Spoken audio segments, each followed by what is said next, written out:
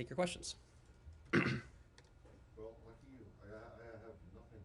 Okay. All right. Daphne. All right, if I could start with Iran. Sure. Reuters has reported that the U.S. and Israeli defense chiefs are expected today to discuss possible military exercises that would prepare for a worst-case scenario to destroy Iran's nuclear facilities should diplomacy fail. Is the U.S. discussing with Gantz the need to get ready for a plan B if diplomacy fails, and does that include military options? Well, as you know, Israeli Defense Minister Gantz is in Washington. He will have an opportunity to meet with Secretary Blinken today. It's going to take place later this afternoon, and I expect we will have a readout of that meeting after the fact. I know that the Secretary is looking forward to seeing Minister Gantz again, and of course, the Minister will have an opportunity to have additional discussions with his counterparts at the Department of Defense. When it comes to our approach to Iran, again, at the present moment, we remain focused on diplomacy and focused on diplomacy to see if it can deliver a mutual return to compliance with the Joint Comprehensive Plan of Action, or JCPOA. We continue to believe that a mutual return to compliance with the JCPOA is possible.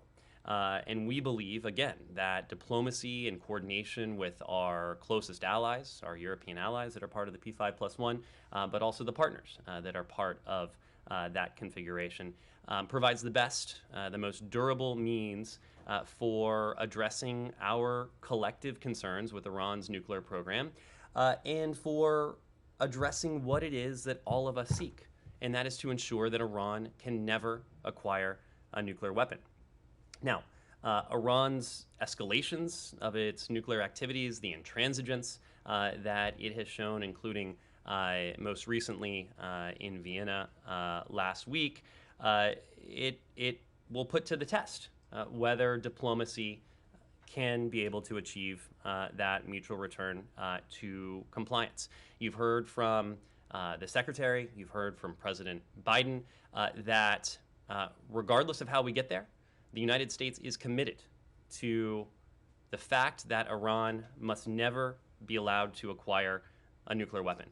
That is a commitment that we subscribe to, and we always will subscribe to. So again, I wouldn't want to speak to contingency planning. I wouldn't want to speak to what we might be contemplating if the path for diplomacy towards a mutual return to compliance isn't viable in the near term. But we are discussing those alternatives. We are discussing those options with our close partners, with our close allies, and that includes with the Israelis. We have already had good discussions with the Israelis about the path forward and how we can work together to ensure that Iran is never able to acquire a nuclear weapon. Have your partners or allies today heard anything from Iran that suggested greater flexibility? Well, again, the talks just resumed today, and many of the heads of delegations, as I understand it, are not there. Rob Malley, for example, and his team won't be traveling there until over the weekend. So it will probably be another several days until we have a sense of where the Iranians are in the context of the restart of this round, and importantly, the flexibility that they may or may not be willing to show. Yes. News report said that Israel rejected a U.S. request to notify it in advance of any strike on Iran. Can you confirm these reports? I'm not in a position to confirm any such report. What I can confirm is that our relationship and our security relationship, our intelligence relationship with our Israeli partners is in many ways unsurpassed. We have very thorough information sharing. We benefit from the information that we each have within our own possession. We share that on a routine basis. We cooperate together on a number of fronts, and including on the challenge that Iran poses to Israel and to the region as well. And one more on Iran. The Iranian foreign minister or deputy foreign minister for economic affairs has said that Iran has got $3.5 billion from unfrozen money, and they expect to have more money unfrozen in the future. Do you have any comment on that? I want to be very clear. The United States has not released any money to Iran. Any such report to the contrary is incorrect. We also understand that our partners have not transferred frozen funds to Iran. And of course, the United States has not authorized or approved any such frozen transfers to Iran. All of our current sanctions remain in effect.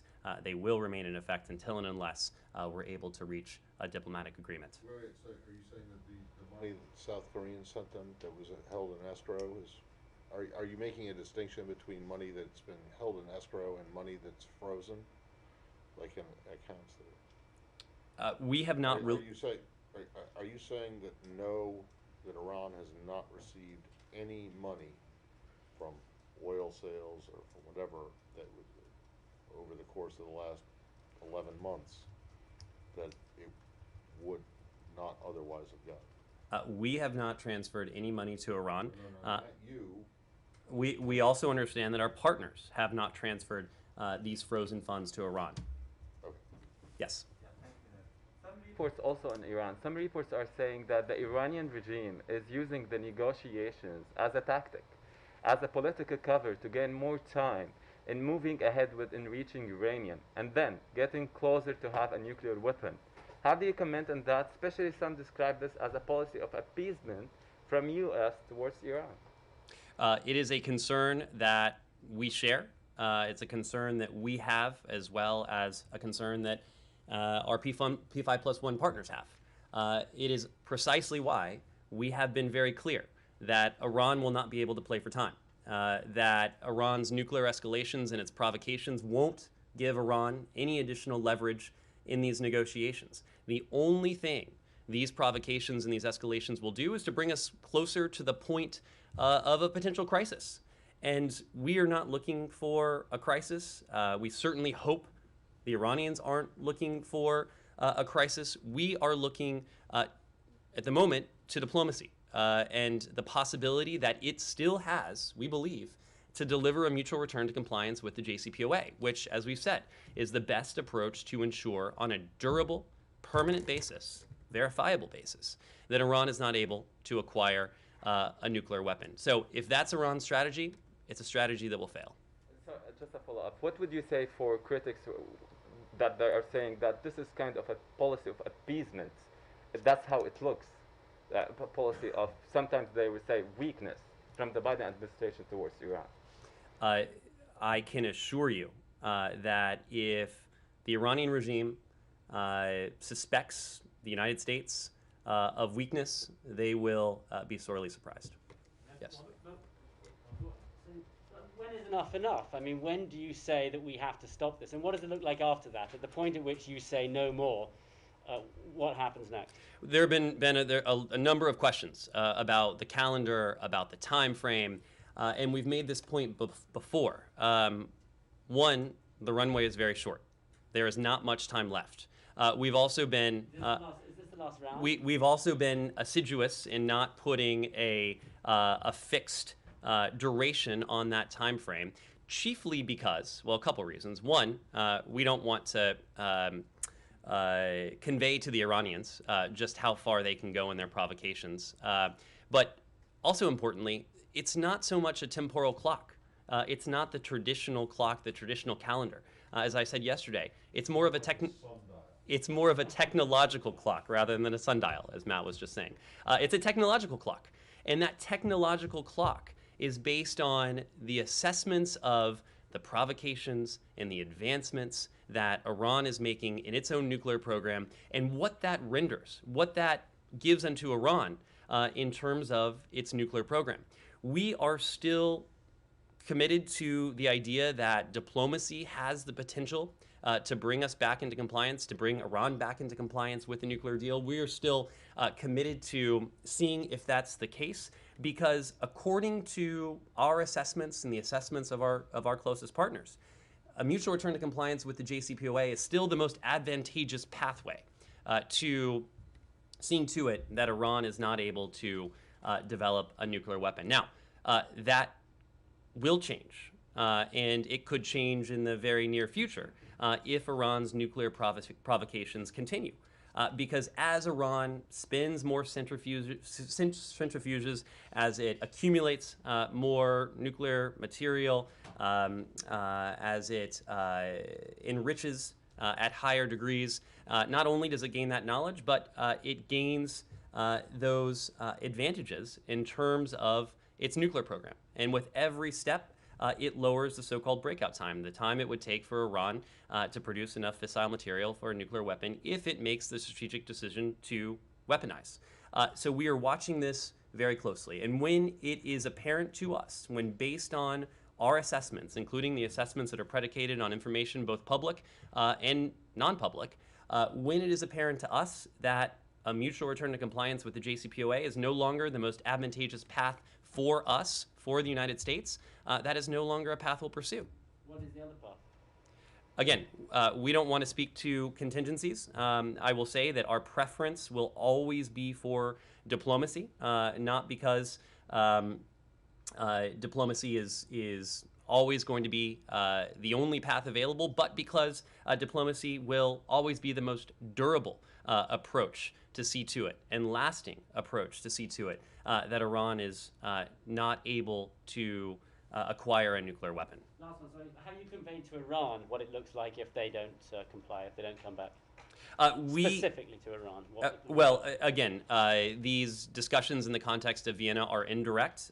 We don't have direct discussions with the Iranian regime in that context. Again, it would be our preference to have those discussions with Iran, in part so that these potentially could be more effective and they could be point to point, but also, to your point, so that we could look the Iranians in the eye and make very clear where we stand, make very clear that the United States will not permit the Iranian regime to acquire a nuclear weapon. We have been, short of that, we have been very clear in terms of the messages we're able to pass through our European allies and our other partners, but also in our public statements. I don't think the Iranians are under any illusions about what they will find in the United States. We'll move around a little bit. Nick. Oh, I'm sorry. Joel, I sort of signaled to you earlier. Sorry. Yeah. Staying on Iran, I had two questions. One was just apropos of the one of the Iranian officials in Vienna said that Iran underlined that it seriously continues the talks based on its previous position. So I wonder if we're going to be having talks this weekend, or if they're going to continue as they've started today. Does that mean that the U.S. has modified its negotiating position at all in light of what the Iranians outlined last week? We are, and we have been, coming out of last week on precisely the same page with the French, the Germans, the Brits, the EU, but also Rob Malley has had an opportunity to speak to his Russian and Chinese counterparts. There is broad consensus with them as well that the Iranians need to come to the table prepared to negotiate in good faith, prepared to build on the progress that was achieved in the first 6 rounds, and prepared to change their approach from what we saw last week in Vienna. If the Iranians return, or next week, if they demonstrate that they have not changed that approach, I don't suspect this phase of the 7th round will be all that much longer than the last phase of the 7th round. Nick. Can I just give you a comment a little bit on this?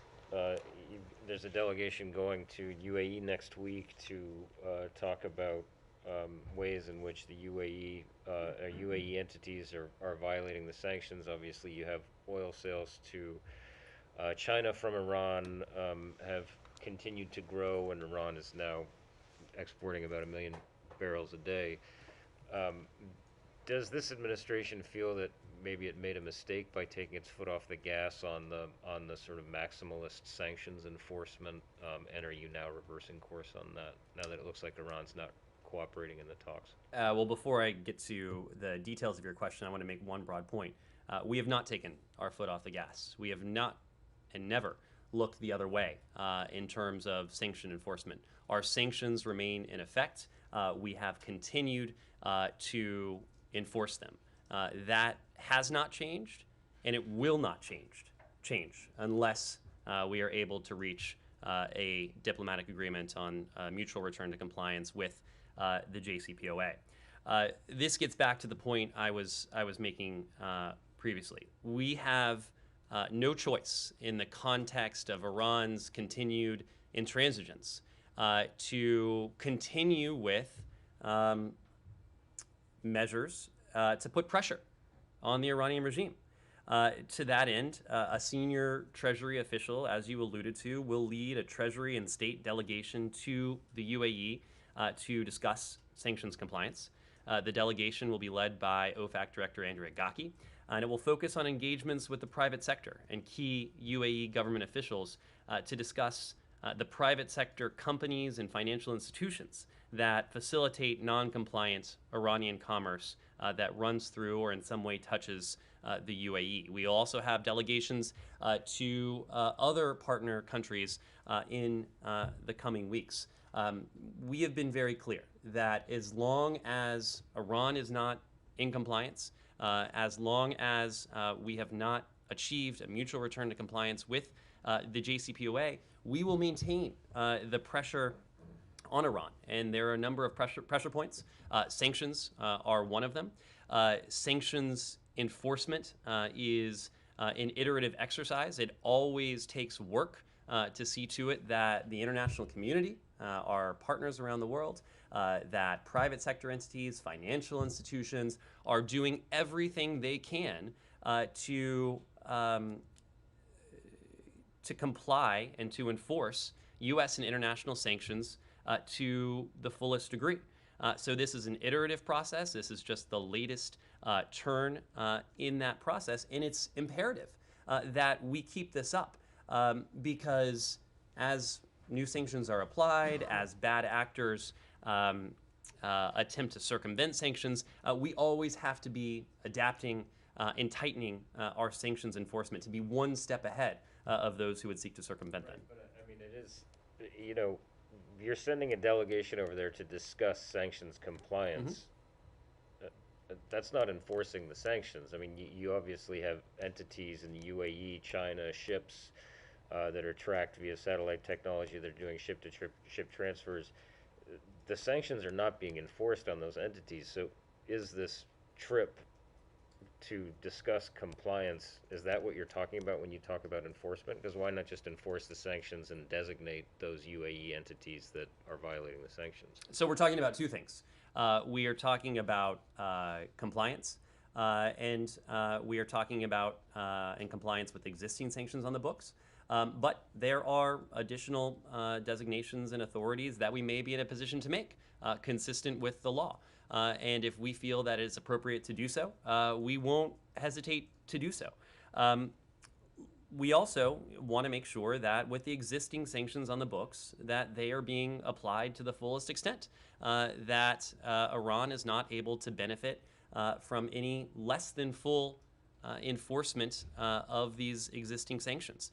We're going to the UAE to discuss private sector entities and financial institutions to ensure that the United States and our Emirati counterparts, that we have a full understanding of what these entities are doing, what they may be doing in an effort to evade sanctions compliance. To be very clear, we're talking about private companies here and not the work of the Emirati government. The last one for me then. So, I mean, you're saying on the one hand that the administration continues to enforce all these sanctions to the fullest degree, yet at the same time, this delegation is going to the UAE right after you told us essentially that Iran is not showing seriousness in the conversations in Vienna. So are you saying there's no link between the fact that Iran appears to be sort of blowing off or not negotiating in good faith and the fact that this delegation is going now? Well, I'll say a couple things. Number one, we've had previous delegations. Sanctions enforcement to countries around the world. Sanctions enforcement and discussions over sanctions compliance is not something that is starting with this delegation. Far from it.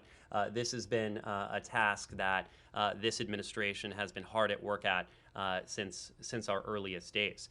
But what is also true is that unless and until Iran changes its approach, we will look to ensure that the international community, including private sector entities, companies, international financial institutions, and others, are implementing the sanctions that are on the books fully. And of course, we will look to see if other additional designations and authorities are appropriate, given what we're seeing or not seeing from the Iranian regime. Yeah, the problem with that is that one of the first things this administration did was to lift the previous administration's FTO designation on the Houthis, an Iranian proxy, right? Then you went to the UN and you rescinded the finding that Iran was in significant non-performance with the JCPOA that the previous administration had made. You removed sanctions that had been imposed on Iranian diplomats at the UN, travel restrictions on them. And you have also, since then, lifted a variety of different sanctions, which you have,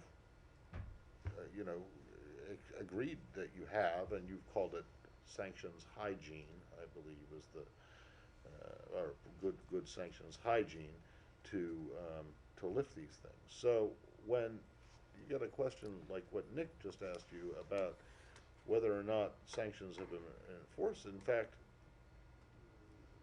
there has been an easing of sanctions. Matt, I could take each of those in turn rather than do that and waste the time, because I know we've discussed each of those at some length exhaustively in recent months. I will make the point that Iran is under no less pressure under this administration than it was previously.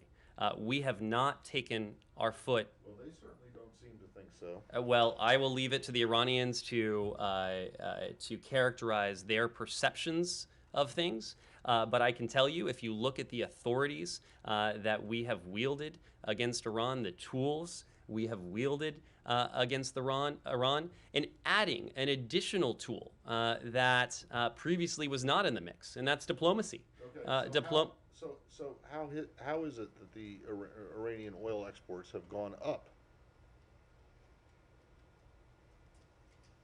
Say, oh, I thought you were not. Yeah. No, I mean, how is it? Matt, these first of all. I mean, you accept that they have. I mean, the IAEA. I mean, not the IAEA. The International Energy. Yeah. Yeah. IEA. Yeah. You accept that their figures are correct, that the amount of oil that they're exporting has gone up, and the amount of money that they're taking in or that's going into various accounts has gone up. Right? This is probably too complex to go into the full details from the podium. It involves world energy consumption. Obviously, coronavirus has something to say about that. But what I will say, yes, of course.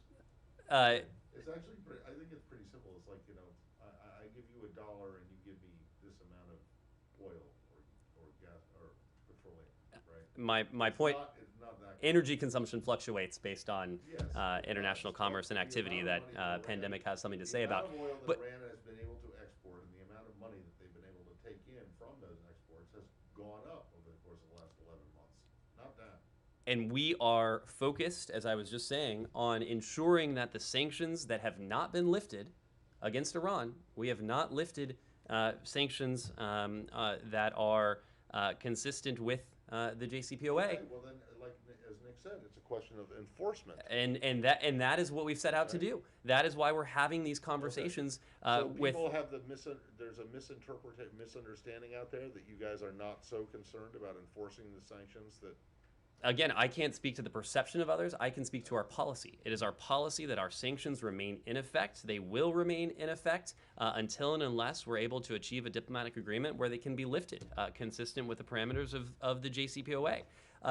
Again, Matt, this is why we are focused on the enforcement of sanctions that are on the books, and why we will continue to look to use other authorities as appropriate.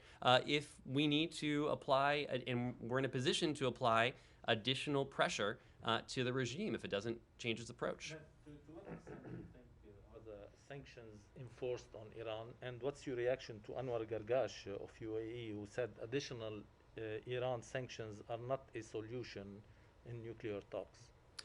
Well, look, we want diplomacy to succeed. We want diplomacy to be what leads us back to a mutual return to compliance with the JCPOA. I'm not in a position to quantify sanctions enforcement.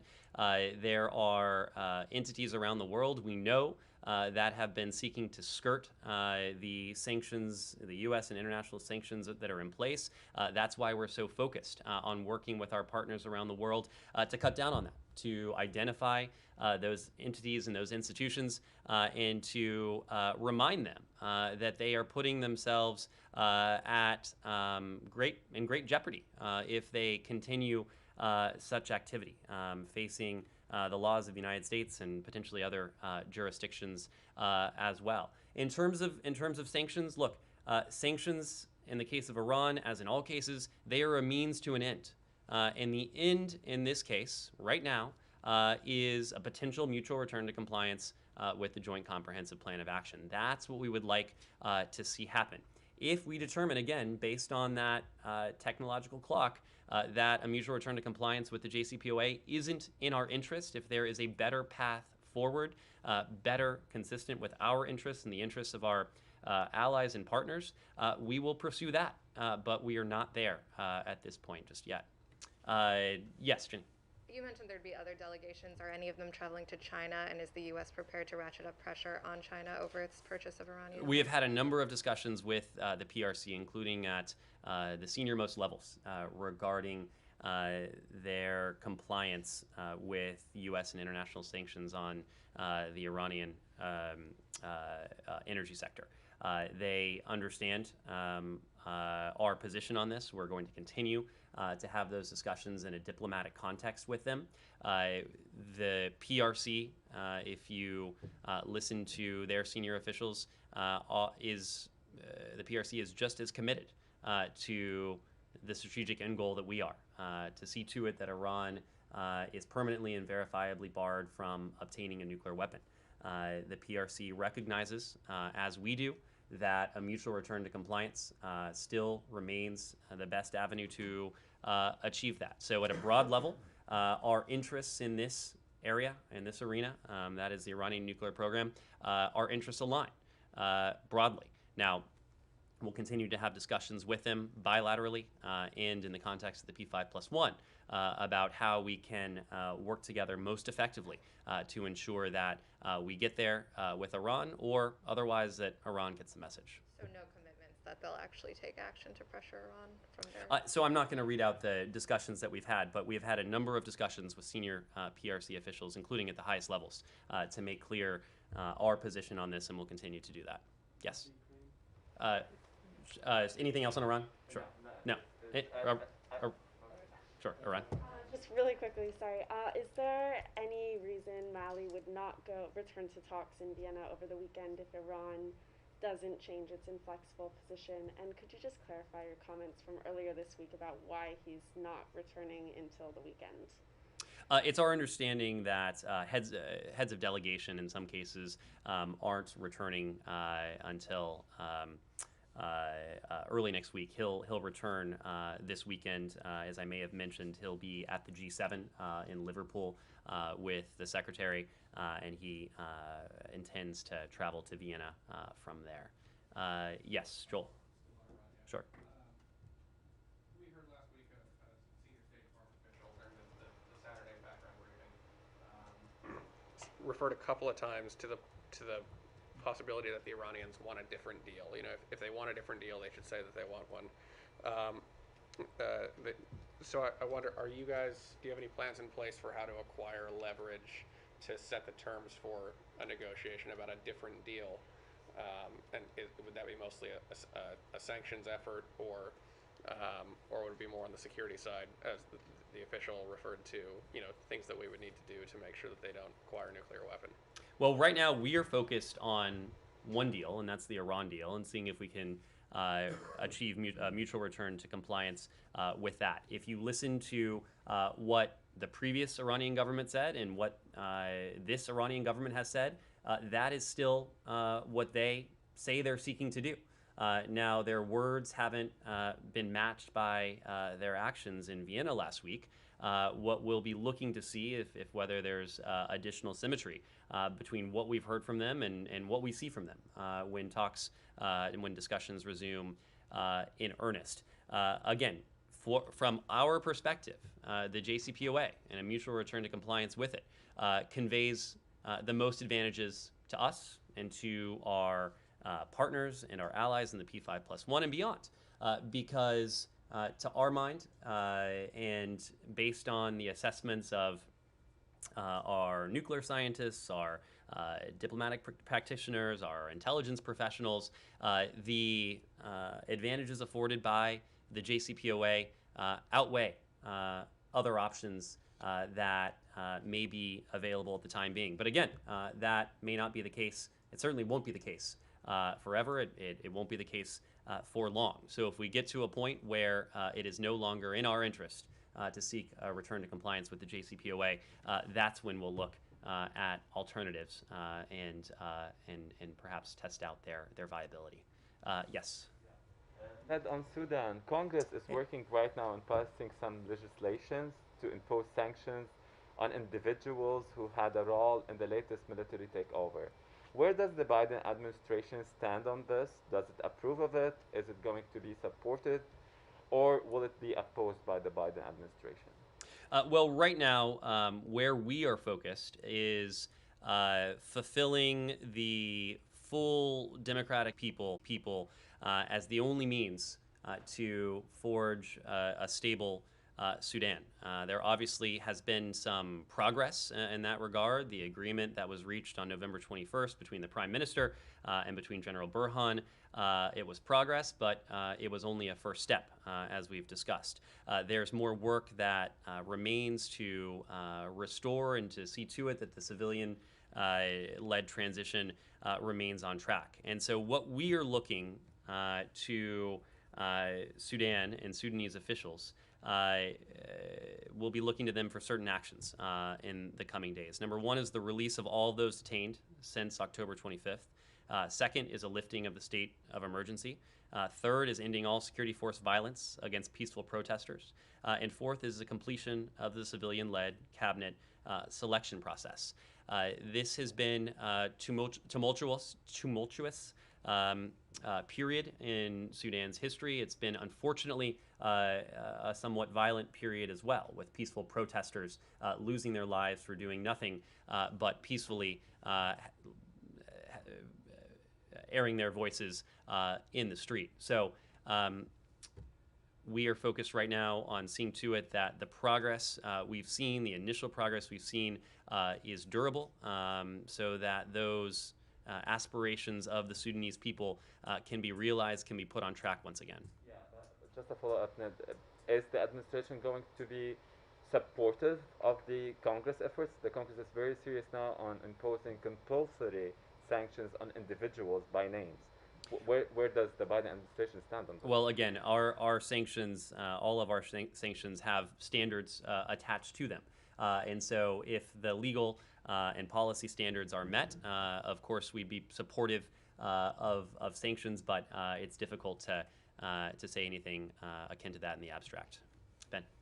On Russia-Ukraine, is the administration in any way pressuring the Ukrainians to receive more autonomy to the country, Russian-held areas? Is that happening in any way in the face of Russian aggression? Absolutely not. There have been absolutely no deals cut. There have been no concessions made, no such elements even discussed. What the president did in the call with, in his teleconference with President Putin, was to look President Putin squarely in the eye and to make very clear that the United States is committed to Ukraine's sovereignty, its independence, its territorial integrity as well. We believe that the most effective means to de-escalate tensions and to perhaps forestall the possibility of conflict is full implementation of the Minsk agreements. The Minsk agreements spell out what Russia and what Ukraine need to do. That's what we believe where we should invest our energy. It's something that we've discussed with our Ukrainian partners. It's something that President Biden made very clear to President Putin. It's something that Secretary Blinken made very clear to Foreign Minister Lavrov. If you look at the violations of the Minsk agreements, the vast majority have been on the part of the Russian Federation. So we want to see full implementation of the Minsk agreements as a means to de-escalate tensions and hopefully forestall the possibility of conflict. Will there also be dialogue about Russia's concerns about Ukraine joining NATO, and will everyone sit down together? And I think the term was to try and find some accommodation, but isn't that just caving to this aggression? We are not using accommodation in the same way that you may be using accommodation. What we are setting out to do is to work closely with our Ukrainian partners, and of course President Biden was just on the phone with President Zelensky a few moments ago. We had an opportunity, Secretary Blinken had an opportunity to speak to President Zelensky the other day. We had an opportunity to see the foreign minister in Europe last week, but we've also engaged NATO. The president today is engaging the Bucharest 9 as well. We are working intensively with our NATO allies, with our other European partners to see to it that we are fully coordinated, that we are working together in lockstep, and in that context, and in the context of de-escalation, we would be supportive of dialogue. Dialogue between the parties, and that includes, of course, Russia, Ukraine, NATO. Dialogue, we know, including between Russia and NATO in the context of the NATO-Russia Council, the OSCE, other mechanisms. These have been key to de-escalating tensions even at the height of the Cold War, even in the post-Cold War world. There is nothing to say that dialogue couldn't do the same here. Dialogue is not a concession. Dialogue is not an accommodation. Dialogue is not a compromise. If dialogue can de-escalate tensions, if it takes place in the broader context of de-escalation, we think that could be a constructive element, and it's something that we're willing and ready to support. But it is giving Putin a seat at the table when it comes to negotiations about... These aren't negotiations. These are not negotiations about the fate, about the borders of any country. We've talked a lot about Ukraine. But the broader point is this. In some ways, it's even bigger than Ukraine, because what Vladimir Putin seeks to do is to rewrite the rules of the international order, is to circumvent the idea that small countries can't bully, large countries can't bully small countries, that a country can, at the barrel of a gun, redraw borders. That cannot happen. It must not happen in today's world. We are committed to that. We see it applied here in the context of Ukraine, but it's also a much broader proposition that applies equally in Europe as it does in the Indo-Pacific. It's something that we stand by. So there is no concession, there is no negotiation on that. What dialogue can increase is communication, of course, but also transparency. And if the Russian Federation is under any sort of misimpression, if the Russian Federation doesn't have an understanding about what NATO is, what it is not, what it seeks to do, what it doesn't seek to do, dialogue can help with that. What this is not is an effort to discuss borders, to discuss Ukraine without Ukraine. We're not going to do anything with Ukraine without Ukraine, our partner. And then a slight tangent, but you've made it very clear to Russia, you say, what the consequences of an invasion would be. Why not make it as clear to China what the consequences of an invasion of Taiwan would be? Look, we have made very clear to the PRC that any effort to change the status quo unilaterally by force would be a profound and dangerous mistake. We have been fully clear about that. We've also been clear that we are committed to the Taiwan Relations Act. This is something that President Biden voted for as a senator in 1979. We're taking all of these actions, and our approach is predicated on the requirements spelled out in the Taiwan Relations Act and consistent with our One China policy. Yes? Yeah, again on Ukraine, the White House Ned was very clear that there will be a very tough economic measures against Russia if it goes ahead with an incursion against Ukraine. But are these economic measures enough to deal with such a big geopolitical power move by Putin? Some said this is a ruthless move by Russia.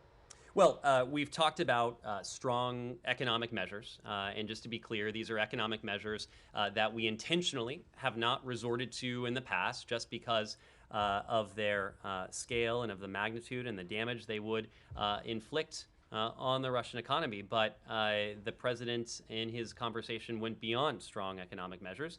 He talked about additional defensive material to Ukraine, of course, above and beyond what we are already providing. And that's $400 million this year, $60 million in the context of President Zelensky's visit.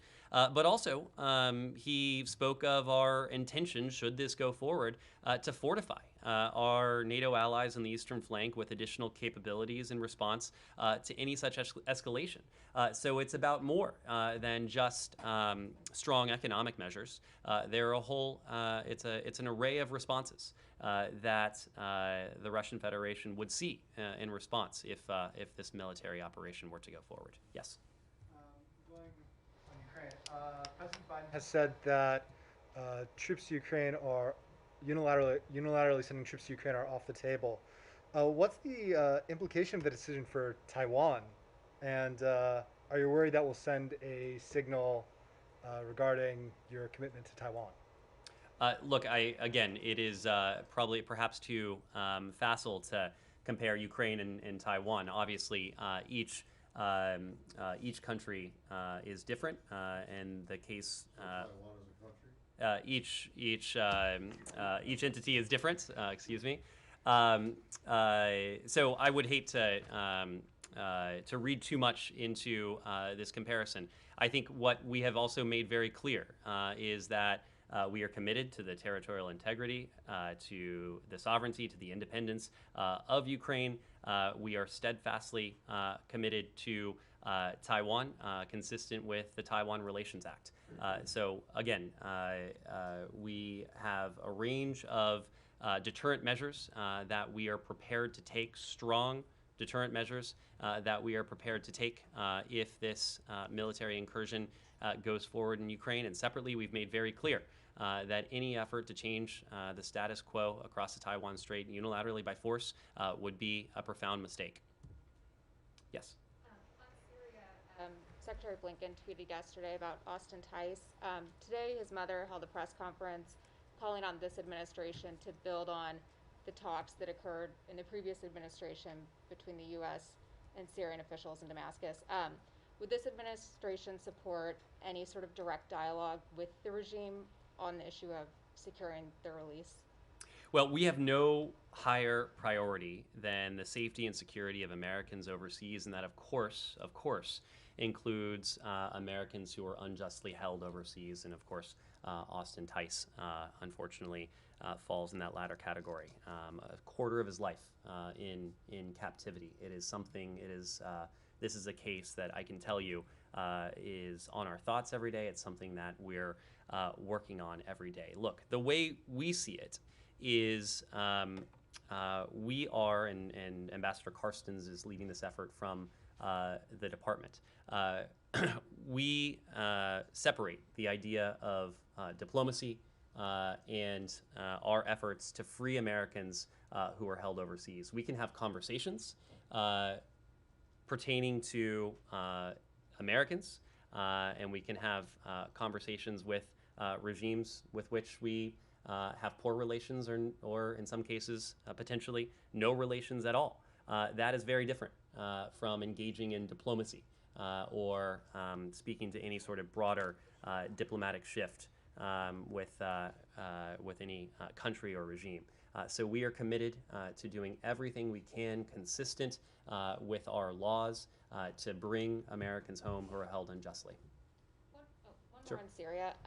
Do you have any reaction to Damascus hosting this annual Arab Energy Conference in 2024, given the U.S. position on normalization? I don't. I'm not familiar with that offhand, but if we have a reaction, we'll get that to you. Yes. Thank you. Just want to make sure I'm reading your comments correctly when you said the U.S. oppose unilateral change of the status quo in the Taiwan Strait. Are you referring specific to China is the one trying to unilateral change the status quo because of the increasing military plane flying into Taiwan's ADIZ, or which side is trying to unilaterally change the status quo? Well, unilateral is unilateral, and it would apply to anyone who would seek to change the status quo unilaterally and by force. I think you are right to point to the incursions, to point to the other intimidating acts that the PRC has demonstrated towards Taiwan in recent days, weeks, and months as, again, intimidating acts, something that we oppose, something that only heightens tensions across the Taiwan Strait, and something we've been very clear and resolute in condemning. But again, the status quo has served the interests of the region and the broader world over the past several decades. We do not want to see that upended by force.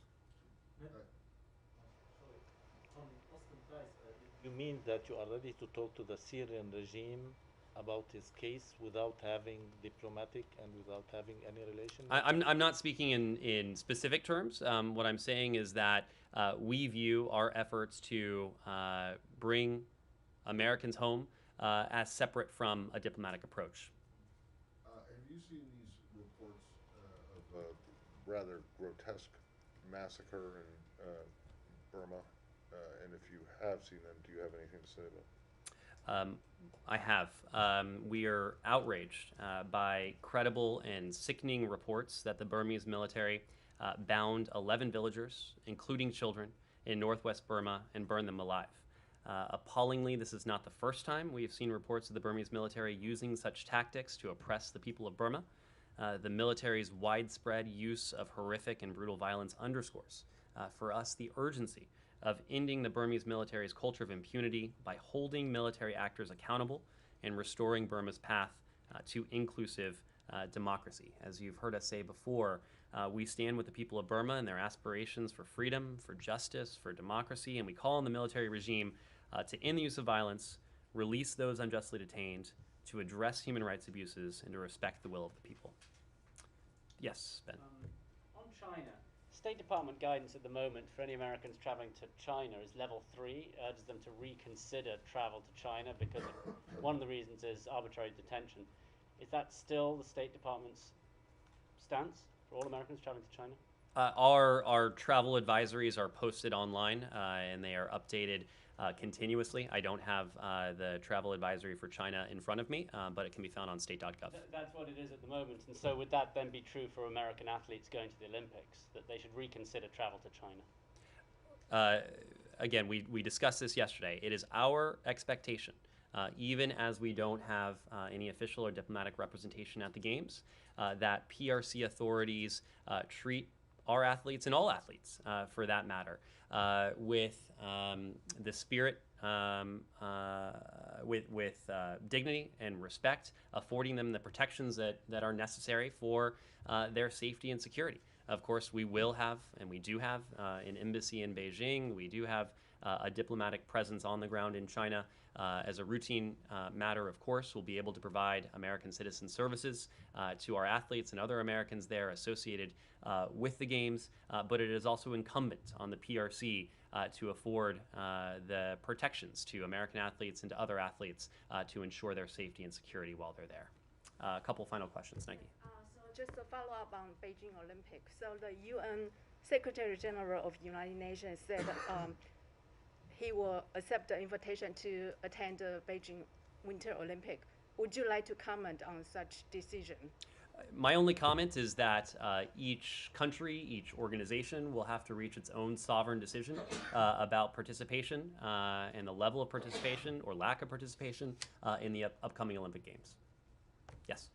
On South Africa, Ned, should we expect the travel ban to be lifted soon after all those medical, reports saying, especially from Dr. Fauci, that the Omicron variant is not as powerful as we thought before? So I would say a couple things on this. Number one, these restrictions were put in place on the advice of the president's chief medical advisor and the CDC. This was a decision, this was a step that was predicated on nothing but the best medical advice and the best science as well. As you know, our CDC and other public health authorities are constantly evaluating public health conditions around the world, and the resulting assessments inform the steps that we take, including in the context of any potential travel restrictions. It's never our intention to have restrictions any longer than they're absolutely necessary. Again, it's in this context, we also, the world owes a debt of gratitude to South Africa for its transparency, but also to South African scientists and Botswanan scientists as well, which were so instrumental in helping to sequence this variants. We're always, we're consistently learning more about this variant. We're monitoring the emergence and spread of the Omicron variant. As we learn more, we expect that information on transmissibility, on disease severity, potential impacts on vaccine efficacy, we expect to learn more about that in the coming days and weeks ahead. We are aware of reports, and I'm sure all of you have seen these, that the Pfizer-BioNTech, from Pfizer and BioNTech, that initial studies show that 3 doses of their COVID-19 vaccine are able to neutralize the Omicron variant. Joel. Just wanted to, sticking on China and Europe, of course.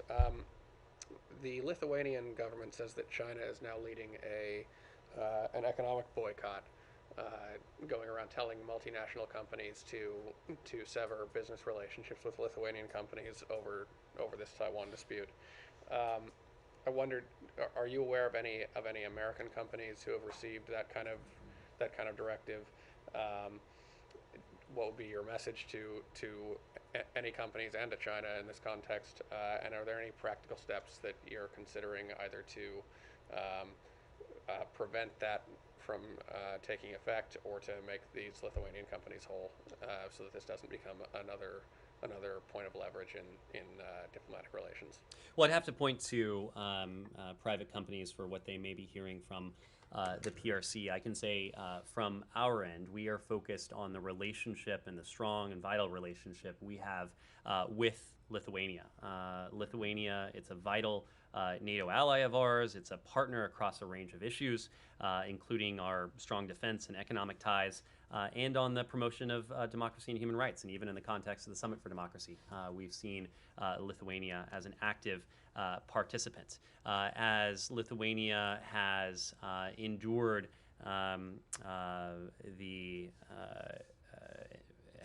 intimidation, including from the PRC, we've reinforced the importance of those ties. We've reinforced that relationship, and we've been very clear that we welcome steps by Taiwan and Lithuania to deepen their cooperation, including through Taiwan's opening of a representative office in Vilnius, and Lithuania's plans to open a reciprocal office in Taipei. Just so I'm clear, if China is going to multinational companies and giving them instructions about, where they can do business in service of Chinese foreign policy objectives, do you see that as an issue between private sector companies and the Chinese government, or is that an American foreign policy? We believe that American companies should be able to compete on a level playing field anywhere where it's in their interests. But again, the playing field has to be level, and as I talked about yesterday, we also consistently strive to ensure that American companies, private sector more broadly, that they are operating with their eyes wide open.